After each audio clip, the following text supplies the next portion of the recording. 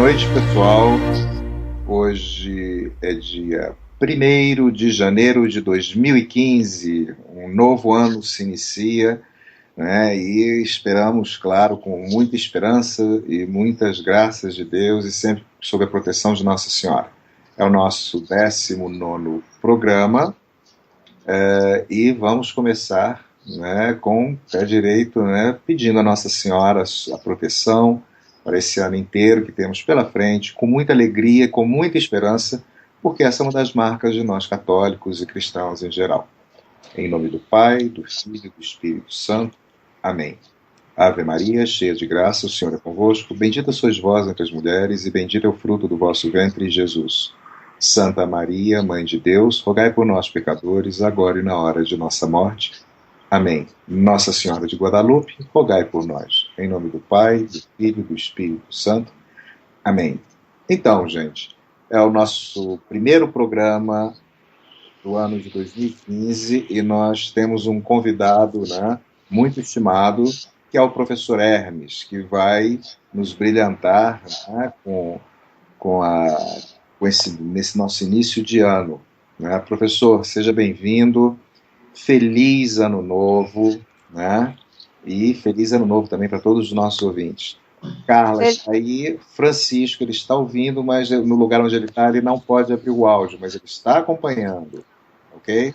Ok, feliz ano novo para todos, bem-vindo professor mais uma vez, um prazer tê-lo aqui, feliz ano novo Paulo, Francisco, família, todo mundo. Então, esse nosso programa vai se tratar das perspectivas para 2015, né? E o professor Hermes vai discorrer, então, para nós, né, sobre o que nos aguarda, né, nesse ano aí que está se iniciando. Professor, a palavra é com o senhor. Feliz ano novo para todos, sempre com grande alegria, que mais uma vez podemos participar desse momento, partilhando com vocês esse tempo novo que se inicia, que é sempre uma graça de Deus. Cumprimento você, Francisco, Paulo, Carla, que fazem esse programa já há 19 semanas, um programa de reflexão sobre os temas da atualidade que se fazem necessários, que se faz necessária essa reflexão. Enquanto cristãos, falávamos há pouco, sempre somos movidos pela esperança.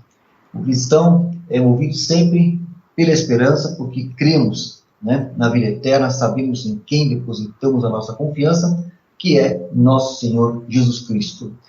Ele que veio nos trazer a boa notícia, né? É que Evangelho quer significar a boa nova, a boa notícia, sempre uma notícia de alegria, de esperança.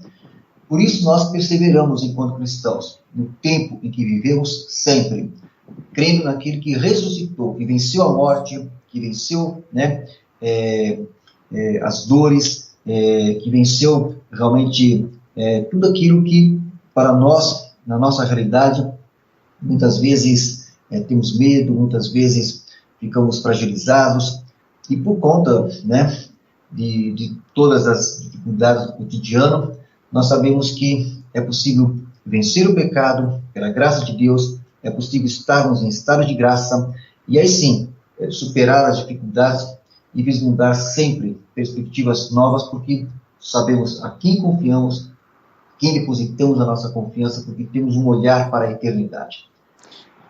É um prazer ter o senhor aqui conosco mais uma vez, professor, como sempre, né? O senhor é sempre muito querido aqui.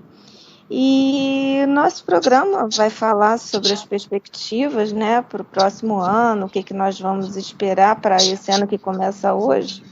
E eu gostaria, até para sinalizar essa questão de tempo, que o senhor falasse um pouco daquilo que o senhor sempre fala quando a gente conversa, sobre a questão de que o cristão nunca deve dizer que ele nasceu no tempo errado, que o cristão nunca está no tempo errado, que ele está sempre no tempo certo. Então, eu gostaria que o senhor discorresse, da mesma maneira que o senhor já me explicou isso algumas vezes, entendeu? Para que nossos ouvintes também pudessem entender isso. Então, isso faz parte da pedagogia de Deus, né? Deus, quando nos deu a vida, nós sabemos, enquanto cristãos, que nós recebemos a vida de Deus como dom, temos um tempo de vida, estamos inseridos num contexto, numa circunstância querida por Deus. Isso é algo importante entender, né? Deus nos quis nesse tempo, nesse momento, e somos desafiados pela circunstância de vida a dar sempre uma resposta, né, a Deus no tempo em que nós estamos inseridos.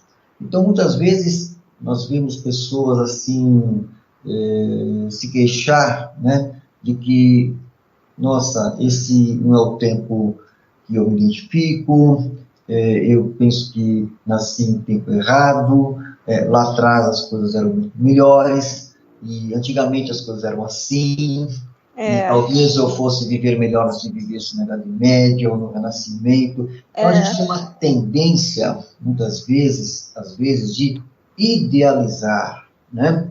Idealizar o passado, idealizar o tempo, idealizar certas realidades. E o cristão, o cristianismo, ele é realista.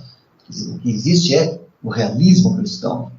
E de maneira que, eu me lembro que ficou muito conhecida essa situação, esse momento, quando Yuri Gagarin estava no espaço, né? E foi o primeiro homem que viu de longe o planeta Terra. Você se lembra o que ele disse? Qual foi a frase que ele exclamou quando ele viu o planeta Terra de longe? Ele disse: a Terra é azul. Uma imagem linda, né, do planeta ao longe. E depois, né, foi feita uma reflexão de que ao longe, né, na distância, tudo era muito bonito, né?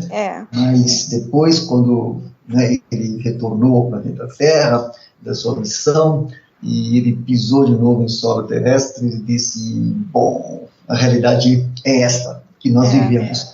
Então, o que acontece é assim: a gente tem uma tendência, às vezes, de dourar a pílula com o tempo, né, com a distância, e o cristão é realista. A realidade é essa que nós vivemos, com os desafios que estão aí, e nós temos que aceitar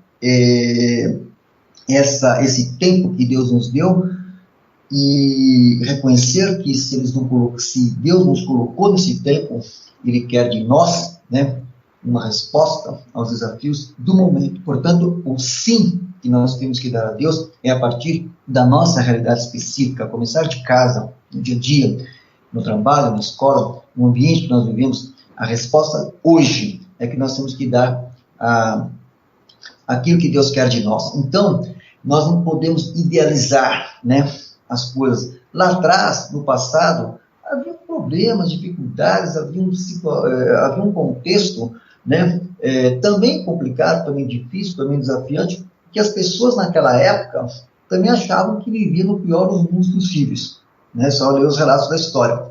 Então nós temos que entender, né, que eu sempre falo para as pessoas que nós vivemos, né, no tempo que Deus quis que nós vivêssemos. Então eu agradeço a Deus o dom da vida, agradeço a Deus por nos ter colocado nesse tempo histórico e aceito esse momento, né, e espero, pela oração e pela graça de Deus, que nós possamos dar a melhor resposta a esses desafios do momento de hoje. Então, de maneira que eu não idealizo, né, dizendo que, nossa, seria melhor ter vivido num outro tempo. Não. Que bom que vivemos nesse tempo. Estamos no século XXI, no começo do século XXI, e é o tempo que nós temos que assumir e buscar as respostas sempre em conformidade àquilo que nós rezamos no Pai Nosso. Faça a vontade de Deus. É assim que nós pensamos, que penso, e agradeço muito a Deus, sim, de ter me dado o dom da vida, nesse tempo em que nós vivemos no início do século XXI. Verdade, professor. Tanto que na oração do Pai Nosso, nós rezamos, né, o pão nosso cada dia nos dai hoje. Né?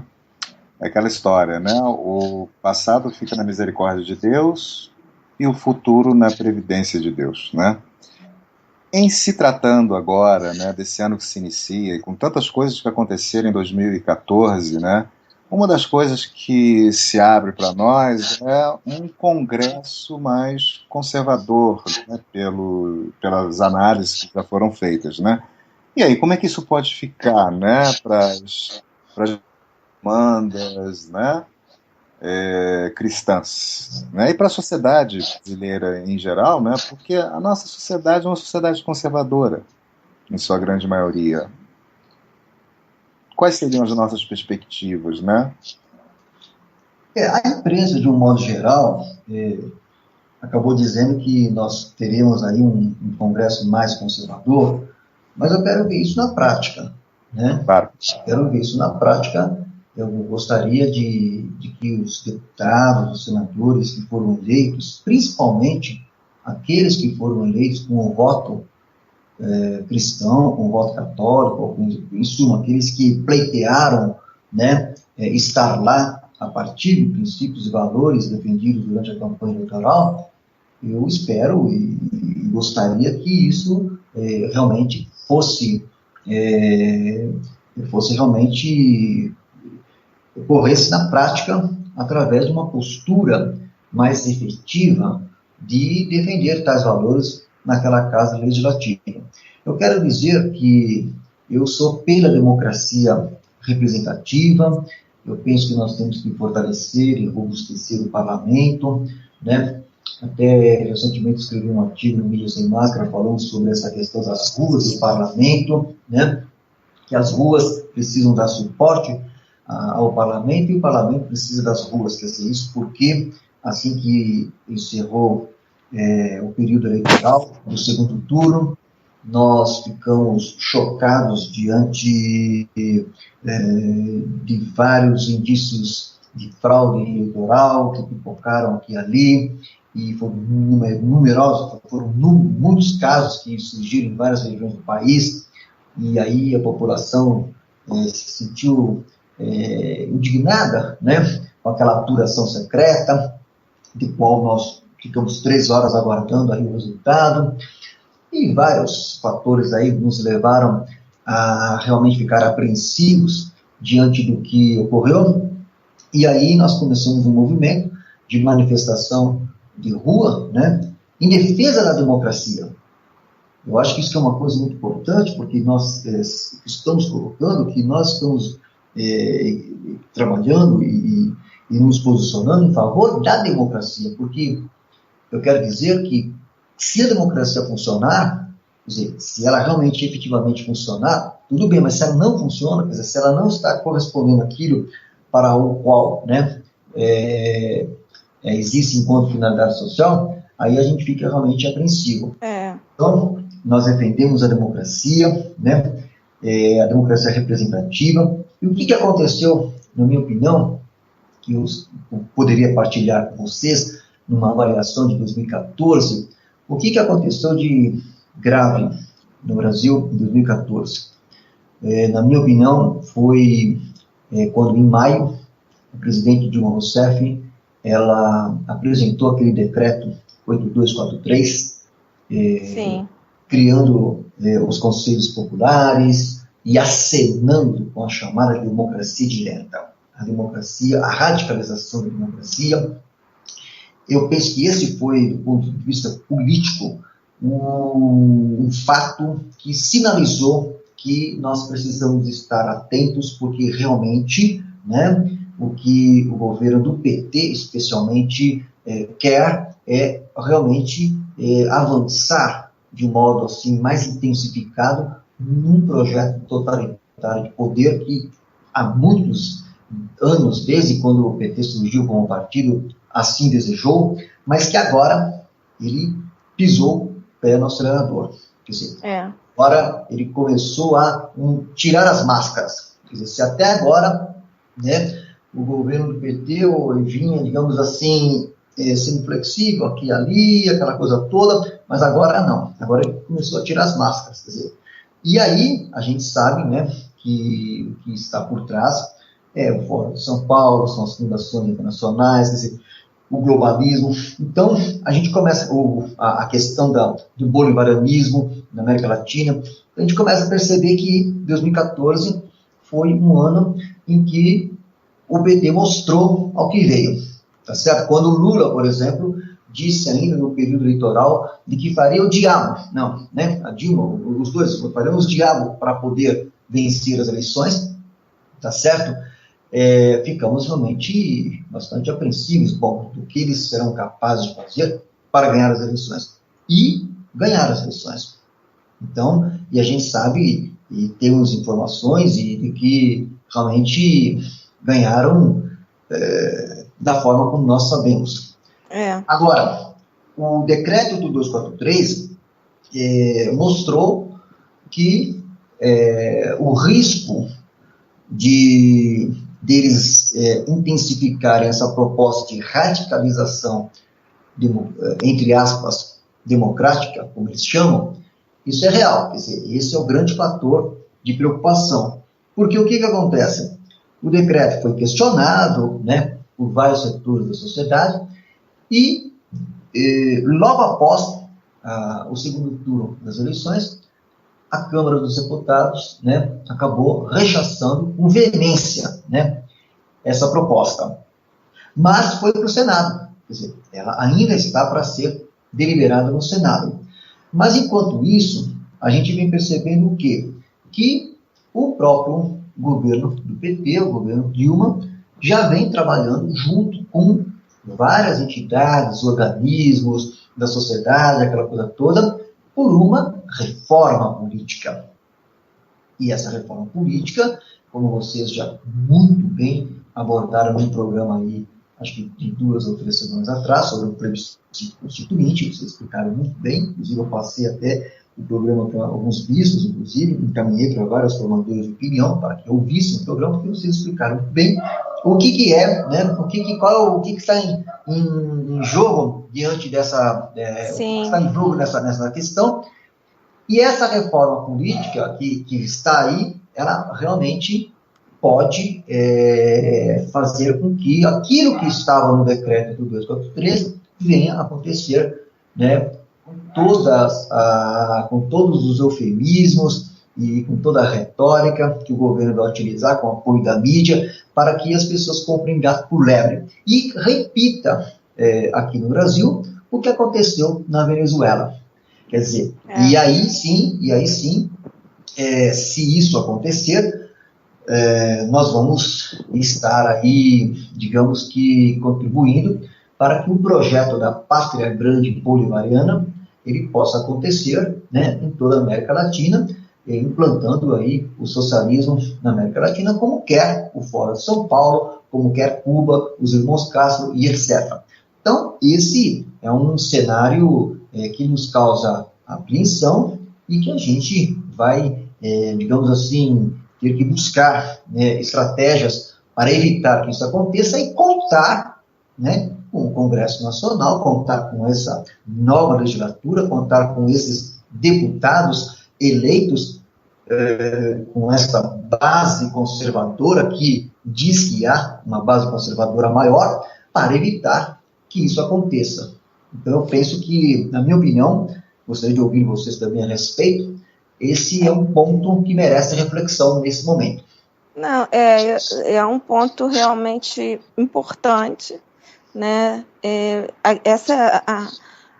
O pronunciamento que o senhor fez com relação às urnas, né? E todo esse pedido de CPI com relação às urnas eletrônicas, isso nos interessa não só pela questão das últimas eleições fraudadas e tudo mais, mas também porque em qualquer votação futura, seja de um plebiscito, de um referendo, essas urnas eletrônicas totalmente manipuláveis, né, elas vão, quer dizer, a gente não vai estar votando em nada, né, vai estar o programinha Smartmatic lá votando para a gente, né, como a gente viu que foi o que aconteceu aí nessa eleição que nós tivemos, né, para a presidência da República. Então, assim, vamos aguardar, ver o que vai acontecer. Precisamos já de antemão, da mesma maneira que eles começaram já colhendo assinaturas e fazendo a cabeça das pessoas com relação ao plebiscito, nós temos que fazer a nossa parte de explicar o que é o plebiscito exclusivo, que nós não queremos uma constituinte exclusiva, porque o exclusiva dá poderes acima da lei para a constituinte, né? Nós queremos uma reforma política, né? No caso de fazer realmente uma reforma política, que eu particularmente não acho que esse seja o melhor momento para isso, né? Eu acho que a gente tem que estar num momento de uma certa tranquilidade no país para se pensar nisso. Eu acho que a gente tem tanta coisa para resolver antes disso, né? E no caso da reforma política, só por uma constituinte que tenha os seus poderes limitados. Nunca uma constituinte com poderes ilimitados. Eles querem agora uma constituinte diferente da que foi de 1988. Né? Eles não querem aquela que tem poderes limitados. Nesse sentido, o que nós temos que fazer, na verdade, dentro desse processo, para realmente salvaguardar a democracia no Brasil e a soberania nacional, temos que defender a democracia representativa. Isso. Né? E aí o que acontece? A gente vê que a imprensa, de um modo geral, quer dizer, né, vem desqualificando, vem denegrindo, vem criando todo esse, né, essa cultura de desprestígio, né, do parlamento, de desprestígio do legislativo. Né? Eu fui vereador na minha cidade, eu sei que realmente o executivo tem uma tendência a estrangular com o legislativo. Eu vivi essa realidade na minha cidade, fui presidente de Câmara e tive que enfrentar o meu prefeito da minha cidade e deixar bem claro para ele que existe um legislativo, né? Que a democracia é o cumprimento da lei. Então, essa é uma questão muito importante. A democracia é também o cumprimento da lei. E o que nós estamos vivendo no Brasil justamente é essa crise, né, do cumprimento da lei. Então, você tem impunidade, você tem aí, né, você viu o caso do Mensalão, quer dizer, os condenados soltos, né, já estão em casa, e a cada dia você vê um escândalo aqui, um escândalo ali, aquela coisa toda, como se tudo isso fosse normal. E isso nós sabemos que não é. Então, quer dizer, a gente vê claramente que quando essas situações vão acontecendo, a gente vai percebendo realmente a crise da questão da legitimidade, a questão de que não há representatividade, as pessoas não se sentem representadas por aqueles que ocupam postos de decisão e precisam tomar as decisões em favor, né, do bem comum, em favor da vida, em favor daquilo que é de interesse público. E é essa crise que nós estamos vivendo. Por quê? Porque a democracia representativa, ela passa por um processo, né, de desprestígio, de desqualificação, e até muitos, né, que lá estão realmente não foram para lá com esse propósito de serem realmente representantes, né, da população, e até, digamos assim, dispostos a sacrifícios, a renúncias, aquilo que se faz necessário, de ir contra a corrente da opinião pública, muitas vezes, de não ser tão politicamente correto, muitas vezes, para defender a verdade, para defender bem aquilo que é correto. Como vimos agora há pouco aí, né, no episódio ali do final do ano, que envolveu o deputado Bolsonaro, você vê, a partir de um episódio, você viu como todo mundo se voltou, né, toda a esquerda se voltou contra... uma questão linguística, né? Pois é, houve ali, né, uma questão em que a esquerda se voltou contra e criou aquela situação justamente para, né, mais uma vez, para várias coisas, né, professor? Para deslegitimar o Bolsonaro, que é um combativo, né? Muitas vezes chamado de exército de um homem só, né? E também para criar uma cortina de fumaça para que não se veja tantas outras coisas passando por trás desses eventos, né? Eu citei esse caso para mostrar exatamente que o que nós queremos e precisamos é ter deputados, senadores que realmente representem, né? Representem os princípios e valores e para os quais eles pleitearam estar lá. É isso que nós desejamos. Quando a gente fala que o Congresso Nacional agora é mais conservador, tomara que seja. E nós, enquanto cidadãos, nós vamos cobrar isso. Nós vamos estar lá, Exatamente, isso que eu ia nós vamos falar. cobrar essa postura que o Congresso realmente dê conta das suas incumbências, do desafio que, nesse ano, ele está sendo chamado realmente a dar as respostas que se faz necessárias, e nós vamos cobrar isso. Nós temos, enquanto cidadãos, cobrar essa postura do Congresso e ajudar, evidentemente, né, os parlamentares dispostos, né, aqueles parlamentares que estão dispostos realmente a fazer um trabalho efetivo nesse sentido. Nós temos que ajudar, nós temos que contribuir, e é isso que nós vamos fazer, é isso que nós vamos procurar fazer. Exatamente, isso que eu ia falar, porque, assim, na verdade, o político, ele é o retrato da sua sociedade. O professor Olavo, recentemente, tem falado que nós estamos entrando numa fase nova no Brasil, em que a sociedade está, pela primeira vez, pautando os seus políticos, porque está se movimentando para exigir. Nós não tínhamos, quando que nós podíamos ter uma conversa entre amigos em que e conversar sobre uma sessão da Câmara ou uma sessão do Senado, né? Quando que brasileiros iriam ficar acompanhando, como nós ficamos acompanhando aquela audiência até 4 horas da manhã, no Senado, né? 19 horas de audiência, e assim, a audiência com uma audiência, né, televisiva altíssima, porque muitas pessoas estavam acompanhando, a gente via isso pelo próprio Facebook, que as pessoas comentavam, né? Quer dizer, as pessoas estão começando a acompanhar as audiências na Câmara e no Senado, entendeu? Como um jogo de futebol mesmo, como novela, tem uma né? coisa aí, né, que eu me lembrei, essa questão da TV, né, de estar prestando atenção no que estava passando nessa audiência no TV Senado, se eu não estou enganado, ou Câmara, não me lembro agora, é que as redes sociais, a internet, né, para esse ano de 2015, ela vai continuar sendo o principal veículo de informação e de informação, de estudo, de criação de massa crítica, né, a importância, né, de cada vez mais surgirem programas, né, conservadores. O papel da Rádio Vox é importantíssimo e estratégico nesse aspecto. Sim. Né?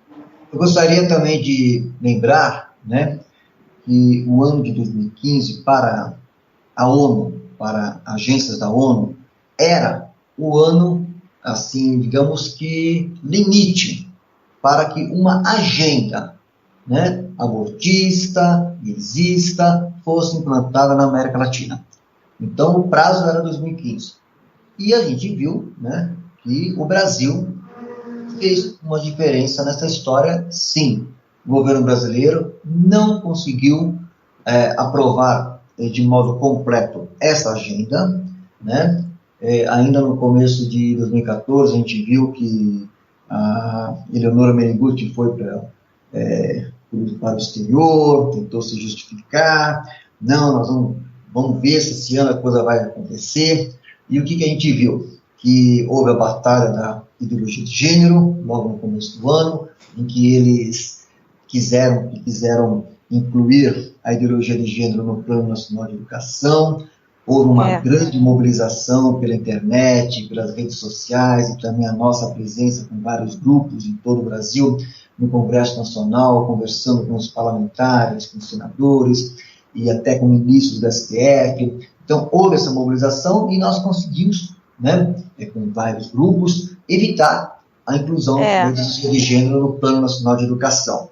Aí depois veio a campanha eleitoral, né, e aí o que acontece? A gente percebeu que logo após as eleições, o governo, assim, meio que desesperado, né, parece que resolveu fazer tudo no último trimestre, né, no último bimestre do ano, né, inclusive essa sessão vergonhosa da meta fiscal, em que o governo pressionou, inclusive até oferecendo R$748 mil para cada deputado, para que realmente eles fizessem vista grossa do crime de responsabilidade que a presidente cometeu, né, ao não cumprir a meta fiscal. Quer dizer, um absurdo. Então você veja, e nesse último bimestre, eles tentaram realmente, de todas as formas, aprovar essa agenda, inclusive agora, na última semana agora, eles buscaram na primeira quinzena de dezembro, aprovar,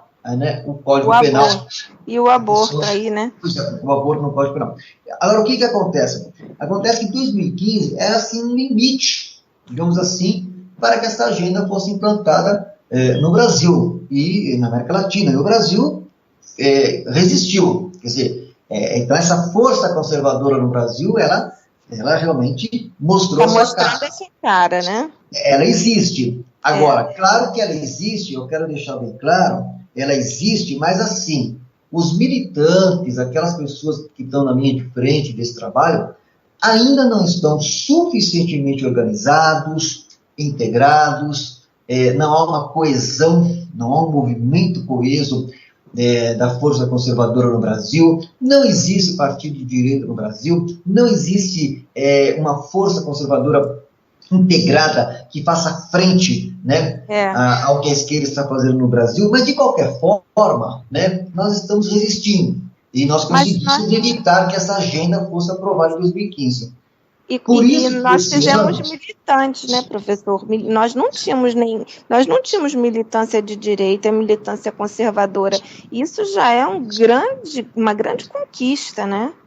Então, o desafio de 2015 é assim, como é um ano assim, vamos dizer assim, limite que eles deram, né, para poder aprovar essa agenda, então eles vão entrar com tudo no começo do ano para que essa agenda globalista, gaysista, abortista, pró-drogas, etc., né, seja aprovada. Então, o que acontece? Nós temos uma direita que está, vamos assim, tentando começar a se organizar, porque não está ainda suficientemente organizada, nem capitalizada para isso, e nós temos um pacote, né, que vai ser colocado no Congresso Nacional esse ano, inclusive com essa questão da reforma política, com plebiscito constituinte, etc., pesado, que eu não sei se os deputados senadores ditos conservadores vão ter força para enfrentar esse pacote. Daí que é importante nós recorrermos sim a essa militância de internet, a militância consciente que vai crescendo a cada dia, para poder ajudar o parlamento a barrar essa agenda que está. Agora, eu gostaria de também, dentro desse contexto todo, chamar a atenção mais uma vez, tá, ao problema da igreja no Brasil nesse momento. Então, é importante entender, já que o programa que vocês fazem, Força, Foco e Fé, é um programa de cristãos, né? Sim. Católicos, de modo especial. Então, nós temos que entender o quê? E esse ano de 2015, tá, é um ano dos 50 anos do fim do Concílio Vaticano II. Então, é um ano, assim, muito especial, tá? É o ano dos 50 anos do Concílio Vaticano II. Encerrou o Concílio Vaticano II. E está previsto, né, para acontecer em outubro de 2015, o Sínodo dos Bispos, de novo, o Sínodo dos Bispos, né? E o nosso presidente da CNBB, aqui do Brasil, é o presidente do Sínodo dos Bispos lá em Roma, em outubro de 2015. E a CNBB, né, está não só integrando, né, uma frente de várias entidades de esquerda no Brasil, apoiando a reforma política via iniciativa popular, inclusive colhendo escuras e paróquias para essa reforma política que vai desembocar no plebiscito constituinte. E a CNBB não só está integrando essa coalizão, como está encabeçando. Se você for ver lá na coalizão, ela está encabeçando junto com a OAB. Então, o que acontece? Nós temos um fator assim, enquanto cristãos, enquanto católicos, bastante desafiante nesse ano de 2015. Por quê? Porque nós estamos fazendo um trabalho buscando conversar com bispos para que a CNBB retire esse apoio, que ela saia dessa coalizão, que ela não comprometa a igreja nesse momento de apoio a um projeto de reforma política com essas características que podem, né, viabilizar o projeto totalitário de poder do PT, um projeto bolivariano, né, que, na sua essência, isso que é importante deixar claro, tá certo? Que o bolivarianismo, tá, ele tem como premissa, digamos assim, uma visão socialista. Quer dizer, o bolivarianismo quer implantar o socialismo. E aí, o que acontece? A Igreja Católica, ela tem vários documentos no seu rico magistério, e pontifícios, inclusive, que condenam o socialismo. Quer dizer, não há como conciliar o socialismo com o cristianismo. Não existe socialismo cristão. Então, o que acontece? A partir do momento que a CNBB apoia uma reforma política de cunho bolivariano, né, e com premissa socialista, visando implantar o socialismo na América Latina, que penso eu que tem ministros que não sabem disso com profundidade. O que vai acontecer? Se isso ocorrer, lá na frente, daqui a 10, 20, 30, 40 anos, quando os historiadores forem estudar esse período da história do Brasil, eles vão dar nome aos bois, quem estava do lado de quem. E a gente quer preservar a Igreja Católica no Brasil desse equívoco. Por isso que nós estamos conversando com vários bispos para que a CNBB retire o apoio dessa coalizão, de maneira, então, que o desafio nosso, enquanto cristão, aqui no Brasil hoje, é procurar, nesse ano, de modo especial, reforçar o apoio aos parlamentares, né, aos tomadores de decisão no Congresso Nacional e também aos bispos, né, e outros tomadores de decisão em outras frentes, para que nós possamos salvaguardar a democracia, a soberania nacional, que está seriamente comprometida, principalmente, veja bem, agora recentemente, no final do ano, nós vimos as resoluções da Unasul, né? Vocês viram que eles querem fazer o quê? Uma cidadania sul-americana, isso vai ser aprovado agora nas assembleias da Unasul, né? Passaporte comum, placa de carro em todos os países, então esse projeto aí... A legislatura do ano que vem. Então, isso tudo eles vão querer fazer em 2015, intensificar o que é o projeto da Pátria Grande. Pátria Grande socialista, da Pátria Grande bolivariana. Quer dizer, então isso tudo é muito preocupante, porque a gente sabe, né, que esse projeto da Pátria Grande, que é a Unasul, ela realmente hoje é o expoente executivo dessa proposta, também, claro, esse projeto está de acordo com os propostas do Foro de São Paulo, etc. Esse projeto, para nós, cristãos, tem, assim, de modo especial, uma preocupação. Por quê? E para nós aqui no Brasil, porque esse projeto da Pátria Grande, ele não é uma novidade na história da América Latina, desde o século XIX, realmente com Simão Bolívar, depois do próprio século XX, com Manuel Ugarte e tantos outros ideólogos, e agora, atualmente, com o Carrequiri, que inclusive tem função hoje importante no Vaticano, na Comissão Pontifícia da América Latina. Então, esses ideólogos da Pátria Grande, o que acontece? Na verdade, por ter como premissa, né, que os motiva o socialismo, a gente, então, entende que, para a Igreja Católica, principalmente, não tem como.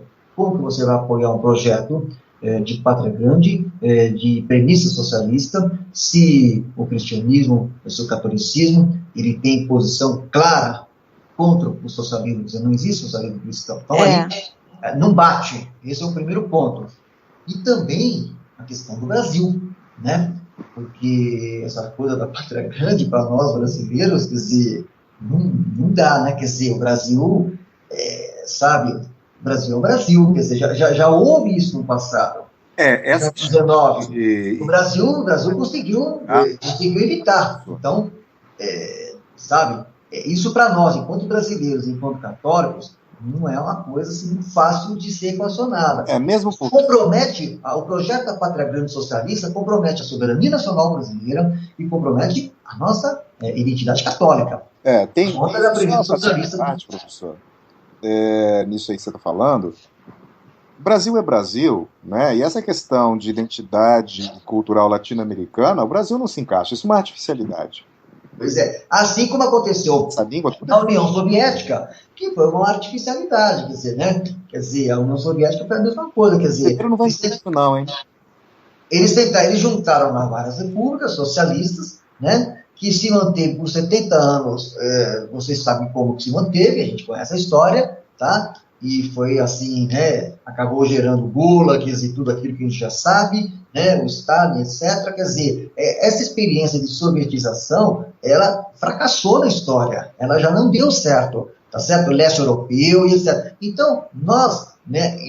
Nesse sentido, eu vejo assim, realmente com muita esperança, por incrível que pareça, né, nossa, mas é claro, o que eu vejo com esperança, o protagonismo do Brasil, né, em fazer frente a isso. Quer dizer, nós, brasileiros e católicos e cristãos do Brasil, essa base conservadora do Brasil, nós podemos e devemos fazer frente a isso. Esse é o nosso desafio em 2015. Quer dizer, para o bem do Brasil, né, e para o bem da igreja. Então, é um ano, assim, desafiante nesse sentido. Isso é uma ameaça real, né? Eles não estão de brincadeira, Existe uma literatura farta que justifica esse projeto, existem ideólogos, assim, de longa data que fundamentam esse projeto da Pátria Grande Socialista. O Chaves abraçou isso, né? Essa ideia, implantou isso na Venezuela, tá? Eu tenho até um discurso do Chaves aqui, que depois eu acho que eu passei para vocês aí o link, né? Que ele tenta justificar o bolivarianismo, né? Até com citações bíblicas. É uma coisa impressionante, né? O Chaves tenta justificar o seu bolivarianismo até com citações bíblicas. Não tem nada a ver, mas ele está lá no discurso dele. E ele começa, né, a justificativa do bolivarianismo dizendo que é preciso um único partido. Quer dizer, né, defendendo o partido único. Então, gente, quer dizer, é complicado, né? E aí a gente começa a perceber também o quê? O alinhamento do Brasil, né, do governo brasileiro, né, do governo Dilma, né, com Cuba, com Chile, com Venezuela, com Fora de São Paulo. Então, quer dizer, esse alinhamento, né, realmente esquerdista, socialista, comunista, é muito preocupante, né? Isso compromete aquilo que já dissemos há pouco. Soberania nacional está seriamente comprometida, a democracia brasileira está seriamente comprometida e a identidade cristã, a identidade católica principalmente, está seriamente comprometida com esse projeto de Pátria Grande Socialista, bolivariana. São desafios para 2015. São bastante desafios, né, professor? E muito mais. Mas aí, de qualquer forma, eu quero dizer assim, nós, do nosso movimento Legislação de Vida, vamos fazer 10 anos em 2015. Tá? É uma data também especial, porque começamos o trabalho em 2005, né? Em outubro de 2005, o nosso movimento foi fundado pelo nosso bispo da Diocese de Taubaté, houve uma missa solene de fundação do movimento, e naquela missa, o nosso bispo ele pediu para nós algo que, na época, nós ficamos assim, bom, como é que vai ser isso? Ele pediu para nós, na sua homilia, dizendo assim, aspas, evangelizai os políticos, fecha aspas. Olha que desafio do movimento, né? Legislação em vida, evangelizar os políticos. Lembrando que evangelizar é sempre dar a boa notícia, né? A alegria da boa nova, né? Quer dizer, então o que acontece? E nós começamos esse movimento em 2005, justamente indo ao Congresso Nacional, participar de uma votação do PL 1135/91, que visava despenalizar o aborto no Brasil. E aí, eu quero compartilhar com vocês bem rapidamente, né, dizendo que a primeira vez que eu fui a Brasília, já como coordenador do movimento, em outubro de 2005, né, novembro de 2005, já a segunda vez, e quando nós conseguimos evitar que o PL 1135/91 fosse aprovado por um voto, quer dizer, foi por um voto que a gente conseguiu evitar a legalização do aborto naquele momento. Eu me lembro que quando eu voltei de Brasília para São Paulo, eu estava com a doutora Duli Guimarães, advogada de São José dos Campos, e eu estava no avião, né, e disse para ela assim, puxa vida, né, foi interessante ter participado de toda essa movimentação, esse lobby, essa militância, esse povo ali, e presente ali nas comissões, foi muito bacana, mas agora eu volto aí ao meu dia a dia, né, eu volto ao meu dia a dia e vamos tocar o barco. Aí ela me disse, em 2005, ela me disse assim no avião, assim, olha, você voltará muitas vezes a Brasília, né? Aí eu disse a ela, como? Eu não tenho recursos, meios, né? Não tenho quem banque, não há uma empresa, não há fundação, né? Porque a gente vive no nosso trabalho, no dia a dia, como pai de família, não há adicional, não há um recurso adicional para viabilizar essas idas a Brasília. Isso foi em 2005, e ela me disse assim, no avião, você voltará muitas vezes a Brasília. E eu disse, mas como? Ela disse, você voltará muitas vezes a Brasília. Então, quer dizer, e durante 10 anos, nós voltamos muitas vezes a Brasília, com esse trabalho de lobby junto aos parlamentares, de levar informação para eles, para os bispos, para ministros. E graças a Deus, né, uma coisa que nos dá alegria é que desses 10 anos, o aborto não foi aprovado. Quer dizer, então, claro, junto com outros grupos, há muitos grupos atuando, há muitas pessoas trabalhando, a gente procura trabalhar somando com outros grupos, né?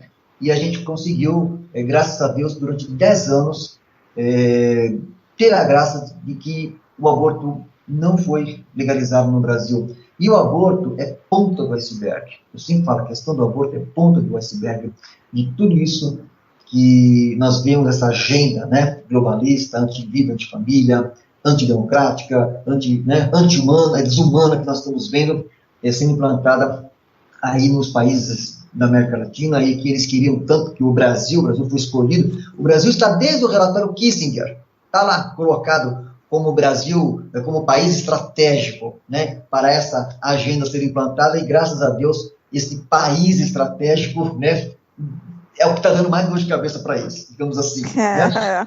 Então, gente, isso para nós, no nosso movimento, assim, um sinal muito claro, né, de que, mesmo apesar de tantas dificuldades, né, de fazer viagens muitas vezes com praticamente sem recursos, sem meios, mas mesmo diante de todas as dificuldades, a gente sabe que, a gente sente, né, que o que a gente procura fazer dentro das nossas limitações, é dar uma resposta de vida, né, ao chamado que nosso Senhor Jesus Cristo pede para que buscamos afirmar a cultura da vida, afirmar o evangelho da vida.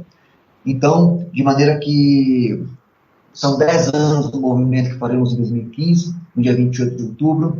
Eu só tenho que agradecer a Deus essa oportunidade de participar desse movimento, desse processo, e de estar aí somando, né, com tantas outras pessoas que também, pela internet, também indo a Brasília, vem fazendo esse trabalho. E para esse ano, professor, o que o senhor está pretendendo, né, em termos de lobby, né, com essa nova, né, esses novos parlamentares que estão entrando, né? Quer dizer, o senhor já tem uma experiência com alguns parlamentares, estão entrando novos, né? E, assim, quais serão as pautas para serem trabalhadas com esses parlamentares? O aborto, a questão do plebiscito, né? Fora de São Paulo, né? O que nós temos aí para desencadear agora? Nós fizemos um manifesto pela democracia para justificar ou expor, né, as reivindicações das manifestações de rua que ocorreram logo após o segundo turno da campanha presidencial, né? Sabemos de os indícios de fraude, vários que foram apontados em várias partes do Brasil.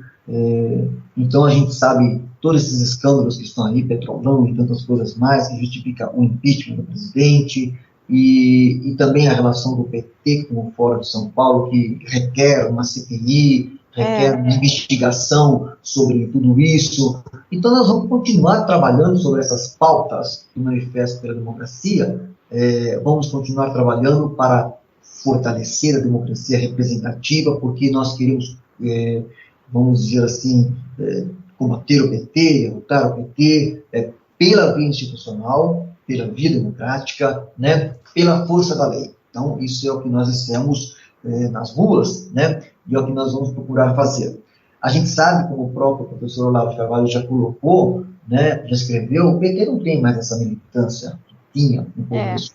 O PT hoje tem comissionados, né, tem pessoas que estão aí, funcionários que estão colocados em repartições públicas, em cargos de confiança, etc. Então, portanto, a gente vê que os próprios sindicatos perderam já a força de mobilização, aquela coisa toda. Então, nós temos um momento muito interessante, né, em que nós podemos, sim, reverter esse processo. Nós podemos reverter esse processo, porque outro dia eu estava lendo até um artigo do pessoal da esquerda, né, um artigo deles, dizendo que o PT quase chegou lá, mas não conseguiu. Quer dizer, então, tipo assim, a gente está nesse momento, eles quase chegaram, mas não conseguiu. Então, nessa de não conseguiu, é onde a gente pode chegar e falar, bom, se não conseguiu, não vai conseguir mais. Então, é esse momento que nós estamos vivendo, um momento interessante. Então, o ano de 2015 é um ano muito importante para isso, quer dizer, ou a gente se posiciona, né, nós, conservadores, assumimos a nossa posição, e vamos fazer frente a isso, fazer a militância, o trabalho que está necessário, junto aos parlamentares, nas redes sociais, para reverter esse processo. Agora é o momento, nós podemos reverter esse processo, nós sabemos que podemos. Agora, se nós não fizermos isso em 2015, aí eu não sei o que pode acontecer em 2016 e 2017. Então, esse é o ano para a gente reverter esse processo, no parlamento. Por isso que nós continuaremos indo ao parlamento, dentro das nossas possibilidades, evidentemente, porque nós temos nosso trabalho, nossa família, nossa atividade, etc. Mas nós, dentro das nossas possibilidades, nós vamos continuar nessa missão e, de modo muito especial, por conta do nosso movimento, eu quero também trabalhar muito para que algum deputado ou uma frente de deputados abracem, né, a causa da PEC pela vida, né, que é uma proposta do nosso movimento de incluir na Constituição Federal o direito à vida desde a concepção, que isso seja explicitado na Constituição Estadual. Nós estamos com uma campanha estadual, do Estado de São Paulo, que está devagar, né? Não está assim numa velocidade que nós desejávamos, mas está avançando. Eu estive agora essa semana com o padre Berardo Graça, ele me disse que recebeu mais assinaturas, nós estamos recebendo, até pelo correio, pessoas estão mandando para nós. Então a gente está avançando com essa proposta da PEC estadual, em defesa da vida desde a concepção, contra o aborto, e nós queremos colocar na Constituição Federal, através de uma PEC, aí tem que ser um deputado. Eu já conversei com um deputado, né, que se propôs a realmente assumir o compromisso de fazer... Que maravilha! E assim, em fevereiro já vou procurá-lo. Existem alguns outros deputados também que nós conversamos a respeito. O deputado que assumir esse compromisso, nós vamos ajudar, né?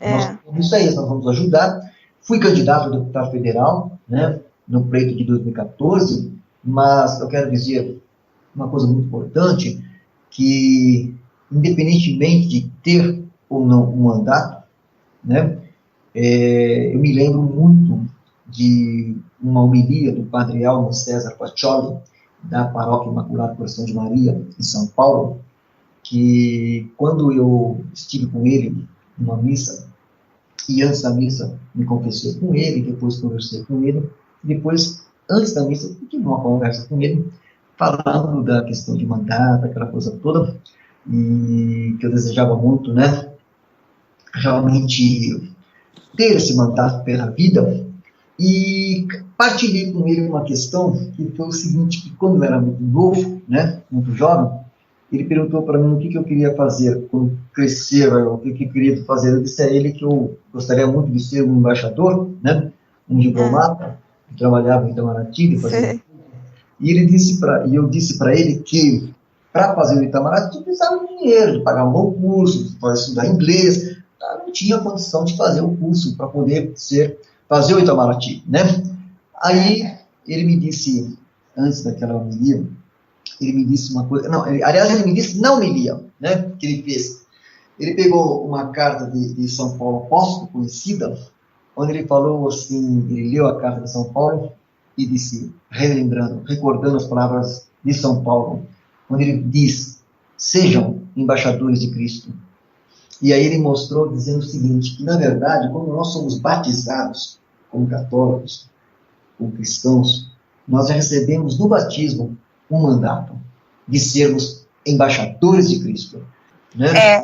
E é exatamente isso, né, professor? Porque nós precisamos manter essa fé viva, nós precisamos manter a alegria própria do católico, do cristão, nós precisamos saber, né, que toda a nossa luta, né, a gente tem hora que vejo o desespero das pessoas porque perdem a noção de que existe alguém muito mais poderoso à nossa frente. Nesse momento, nós temos que ver que nós apenas somos algumas formiguinhas no trabalho de campo, mas que quem está à nossa frente é Deus, né? E é nessa confiança que a nossa esperança reside. A gente está aqui já chegando ao fim do programa, né? E queria agradecer a sua presença, né, as suas palavras, sempre, né, uma grande orientação, né, e vou passar para o Paulo a palavra para que ele possa fazer um encerramento, a nossa oração, tá? Paulo, é com você. Professora, nós agradecemos muitíssimo. Eu acho que para o início desse ano de 2015 não poderia ter palavras mais animadoras, né? Nos resta, né, como católicos, como cristãos, não ter desesperança, né? Lembrarmos que nós temos um cotidiano, que Deus nos assiste, que Nossa Senhora nos protege e que cabe a nós, né, esse trabalho de formiguinha com os mais próximos, né, e aqueles que tiverem o dom, né, se lançar, né, num apostolado, um trabalho desarrojado. Entreguemos isso a Deus agora, nessa nossa oração final, que já chegamos aos nossos, só faltam 2 minutos para terminar o nosso tempo, né? Entreguemos isso a Deus e o Paulo vai fazer essa entrega, Paulo. Então, dando continuidade, né, nós temos o nosso cotidiano e vamos pedir a Deus que nos ajude, né, nesse trabalho, junto aos nossos familiares, nossos colegas de trabalho e aqueles que se verem vocacionados ou chamados para um trabalho mais arrojado, né, que Nossa Senhora proteja, né, e ilumine. Então, nesse sentido, a gente entrega para Nossa Senhora esse ano de 2015. Em nome do Pai, do Filho e do Espírito Santo. Amém. Ave Maria, cheia de graça, o Senhor é convosco. Bendita sois vós entre as mulheres, e bendito é o fruto do vosso ventre, Jesus. Santa Maria, Mãe de Deus, rogai por nós, pecadores, agora e na hora de nossa morte. Amém. Nossa Senhora de Guadalupe, rogai por nós. Em nome do Pai, do Filho e do Espírito Santo. Amém. Obrigado. Boa noite, obrigado, professor. Boa noite, pessoal. Até semana que vem. Feliz Ano Novo. Feliz Ano Novo. Feliz Ano Novo.